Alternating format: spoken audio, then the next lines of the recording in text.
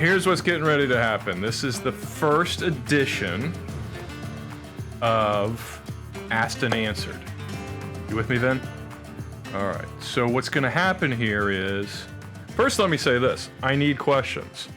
So when Sydney, who's behind the scenes over here, reaches out to you and says, give Scott a question that he can answer, a question that possibly a lot of people have, and I assure you, whatever question you have, a lot of people have it. And then I'm going to try to answer those quickly and succinctly, which I'm doing a very poor job of so far, but it's our first shot at this asked and answered thing. So this is the first question that we have, and Sydney's going to read it to me. I have not heard the question, so I have not prepared any nonsense ahead of time. What is the question? All right, Scott. First question from a client.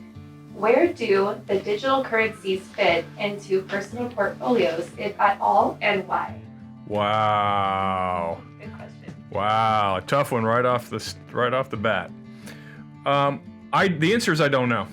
I know a fair amount about digital currency and Bitcoin and everything that goes with it, but I don't know a lot.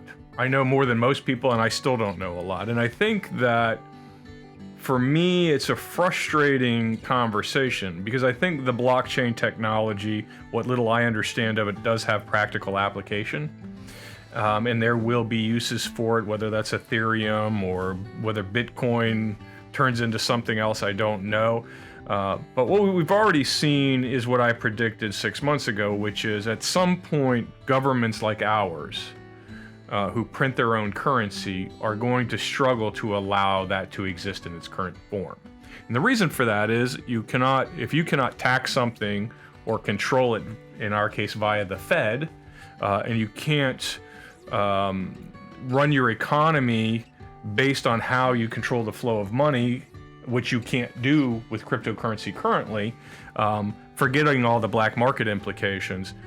I thought we would see a crackdown by the government. We're already seeing it in China. The U.S. it's now being discussed in Congress, and I think you will see it start to be clamped down on. The other issue we have is that the unhackable blockchain has been hacked already a couple of times, and people have had their money stolen. Some of these wallet functions, like a Coinbase or somebody like that, where they're now housing your cryptocurrency, which kind of defeats the whole idea of blockchain, right? The whole reason you have blockchain is because you have the password and you have to go through the chain to have that confirmed. But if you give your password to a Coinbase or somebody like that, you've defeated the whole purpose. So the answer is I don't know where it fits in. I think it will fit in at some point. The best analogy I can give for crypto is art.